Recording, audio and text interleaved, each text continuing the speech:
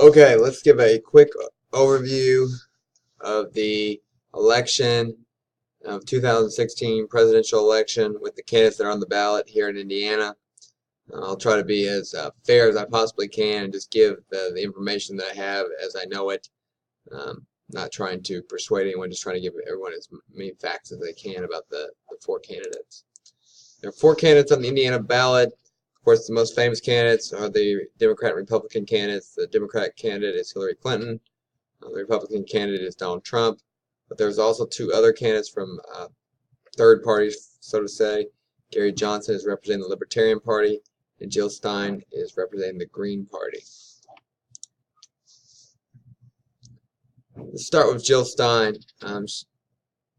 She is representing the Green Party. Her experience, she graduated she's a medical doctor training from Harvard University. Throughout her life, she has been an activist fighting for environmental rights. She served as a representative for the Lexington Town Meeting, which is like local government level in Massachusetts. She's been an activist in her entire life. She was candidate for governor. She was a candidate for president in 2012. She lost both races. Things that she is trying to do, her policies, first and foremost, she wants to protect the environment as much as possible. She wants to subsidize clean energy. She wants higher education to be free. She wants to forgive past student loan debt. And she would like to replace Obamacare with a single-payer system of health care where everyone is on public health care. She would like to decrease military spending by 50%. She would like to offer a path to citizenship for all immigrants. She would like to end and ban the production of GMO foods. And in general, most of her policies are what we consider politically left on the political scale, if you look at other issues that she's interested in. Her positives for her, not a whole lot of negative, but not a whole lot of experience. Concerns for her, lack of experience. Her plans may be considered extreme. It's hard to understand how she would pay for her plans of forgiving student loans and sending everyone to college. There are concerns that it would create a larger, more powerful government. She was arrested one time in a protest, I believe in North Dakota, for vandalizing a bulldozer. Some positions may seem extreme to the general public and maybe too far left for many people in the general public.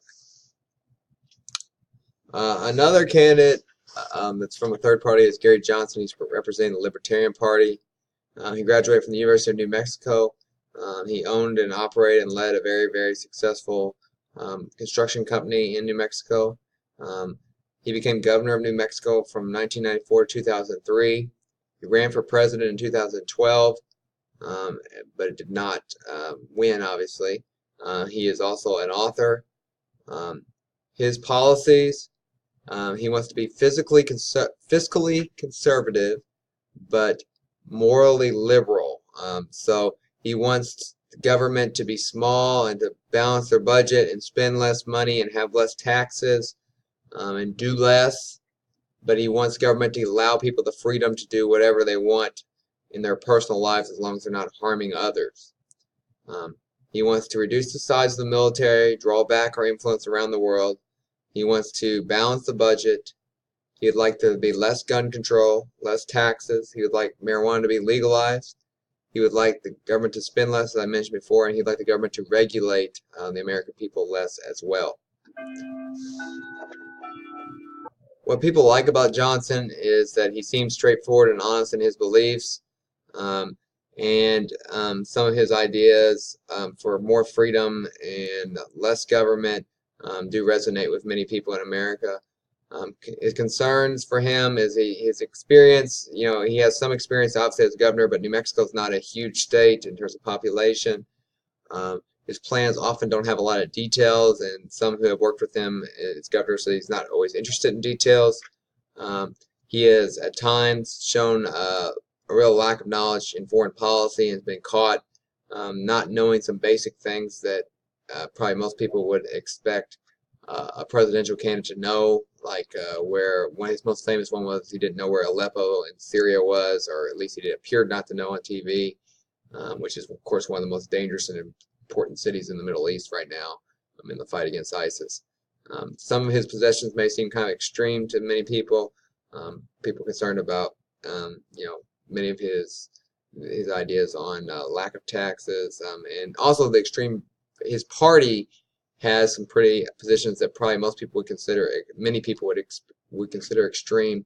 However, Gary Johnson's positions are a little bit more moderate than his party. Many of his party's positions and his positions would be considered more right-wing or extreme right, more conservative. But in some of the moral issues, they're also more left, so it's kind of all over the map. Donald Trump is the Republican nominee. He shocked the field by defeating, I believe, 16 other candidates in the Republican primary. His experience, he graduated from Wharton School of Business in Pennsylvania.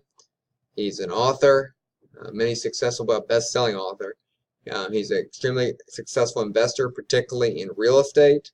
He's CEO of Trump International, which is his real estate company, his construction kind of company, and his branding company. He is a famous TV personality. He produced the hit show The Apprentice, and of course was the star of it. He's an expert of branding and licensing. The Trump brand, from ties all the way to buildings, is a brand that represents power and prestige and wealth.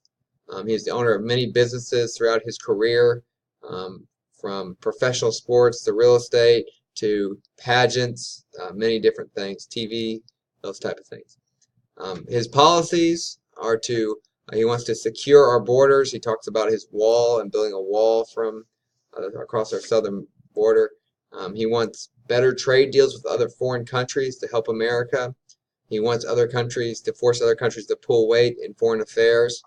He wants to reduce the corporate tax rates for large businesses to 15%. He thinks that will add jobs and get our economy going. He wants to slow ISIS down by seizing their oil. He is pro Second Amendment rights in terms of lack of limitations for the type of guns people can have, and he wants to deport all illegal immigrants in this country. Positives for him: people see him as a take charge kind of guy, a person who has proven throughout his career that he can get things done, and possibly an expert on the economy, as he has made. He may perhaps be the richest presidential candidate in American history, or one of the richest. He claims that he's worth $10 billion.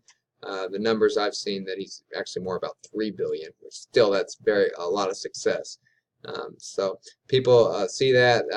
Some people like that he's not very politically correct. He just says what's on his mind. So these are all reasons why Trump has been very popular and gotten this far. Concerns about Mr. Trump: he doesn't really have any political experience. You can see that maybe in some of his policies. He doesn't really offer many details for his plans or how he's actually going to get them accomplished in many states. He did go through a huge bankruptcy with his business, where basically his business failed and he was millions of dollars in debt, but he was able to file bankruptcy to get out of all that and not have to pay the debts back. Some people find that as a big concern. He also was able to take tax losses, which prevent him from paying taxes with that as well. There are sexual assault allegations against him by women that have come forward, but that really hasn't been played out yet. He's known for his offensive speech and referring to people in derogatory, sometimes sexist terms, sometimes maybe even borderline racist terms. He has refused to release his tax statements, and like I said, often his policies lack any details. So those are the concerns about Donald Trump, and of course we went over all the positives and things that why people like him as well. Hillary Clinton. Her experience: she graduated from Yale Law School. She became the first lady as a wife of course, Bill Clinton. She is a senator from New York for several years. She was Secretary of State. She is a best-selling author. Her policies are in many ways similar to President Obama's, in ways slightly different. She wants equal pay for equal work. She wants to support Obamacare, keep it going, maybe adjust it. She wants a path to citizenship for immigrants. She supports Common Core assessment in our schools. She wants to give incentives to companies to share profits with employees and believes that global warming is happening and favors a cap and trade, limits to how much greenhouse gases can be released. She wants to continue American influence in the American Middle East. People like her because of her vast experience and knowledge. They like her. Many people like her because of her ties. Her and her husband have accomplished so much in their political careers. People like her because she seems to know what she's talking about in terms of policy. People like her because of her experience in leadership. Concerns about her. There's a huge concern about her use. A lot of our concerns come from her time as Secretary of State under President Obama. Concern about her using a private server to share emails and then lying about it and covering it up. These emails were supposed to be highly classified, and she was using them on a private server, and then she lied about it and covered it up. There's concern about many things that went wrong around the world when she was Secretary of State, which is kind of her responsibility. Chiefly in 2011, the attack on Benghazi, the lies and cover-up of it, and her reported reactions to it are a big concern for many people, which showed her as kind of cold-hearted and not caring as much as she should about American lives. Again, a lot of her concerns come to her actions as Secretary of State. Because of the cover-ups, perceived cover-ups, and lies and things that she's been caught in, a lot of Americans don't trust her. They don't think she tells the truth. There's concerns about how the Clintons used their foundation to raise money, and how countries that we don't necessarily approve of the way they do business, particularly ones in the Middle East, have given millions of dollars to this foundation. And there's questions about where that money is going, what it's being used for, and whether it's just contributing to the wealth of the Clintons. So that's the four candidates. They all have tremendous positives, but they also all have tremendous negatives as well. So that's where the tough decision for the American voter and the voter here in our home state of Indiana has to make which one to choose.